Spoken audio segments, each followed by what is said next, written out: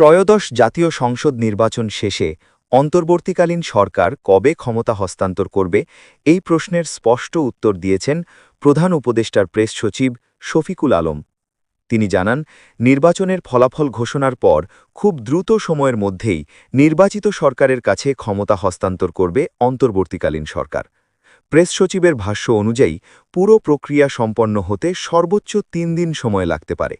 সেই হিসেবে আগামী ১৭ বা ১৮ ফেব্রুয়ারির মধ্যেই নতুন সরকার দায়িত্ব গ্রহণ করতে পারে। বৃহস্পতিবার বিকেলে রাজধানীর ফরেন সার্ভিস একাডেমিতে আয়োজিত এক সংবাদ সম্মেলনে তিনি এসব কথা বলেন।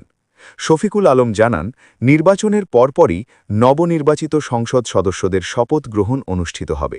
এরপরই আনুষ্ঠানিকভাবে ক্ষমতা হস্তান্তরের প্রক্রিয়া শুরু হবে। এ সময় অন্তর্বর্তী সরকারের মেয়াদ নিয়ে ছড়ানো বিভিন্ন গুঞ্জন নাকচ করেন প্রধান উপদেষ্টার ডেপুটি প্রেস সচিব আবুল কালাম আজাদ। তিনি বলেন, ১৮০ কর্মদিবস ক্ষমতায় থাকার দাবি সম্পূর্ণ অপপ্রচার। সরকার শুরু থেকেই প্রতিশ্রুতিবদ্ধ, নির্বাচিত সরকারের কাছে দায়িত্ব হস্তান্তর করেই অন্তর্বর্তী সরকার বিদায় নেবে।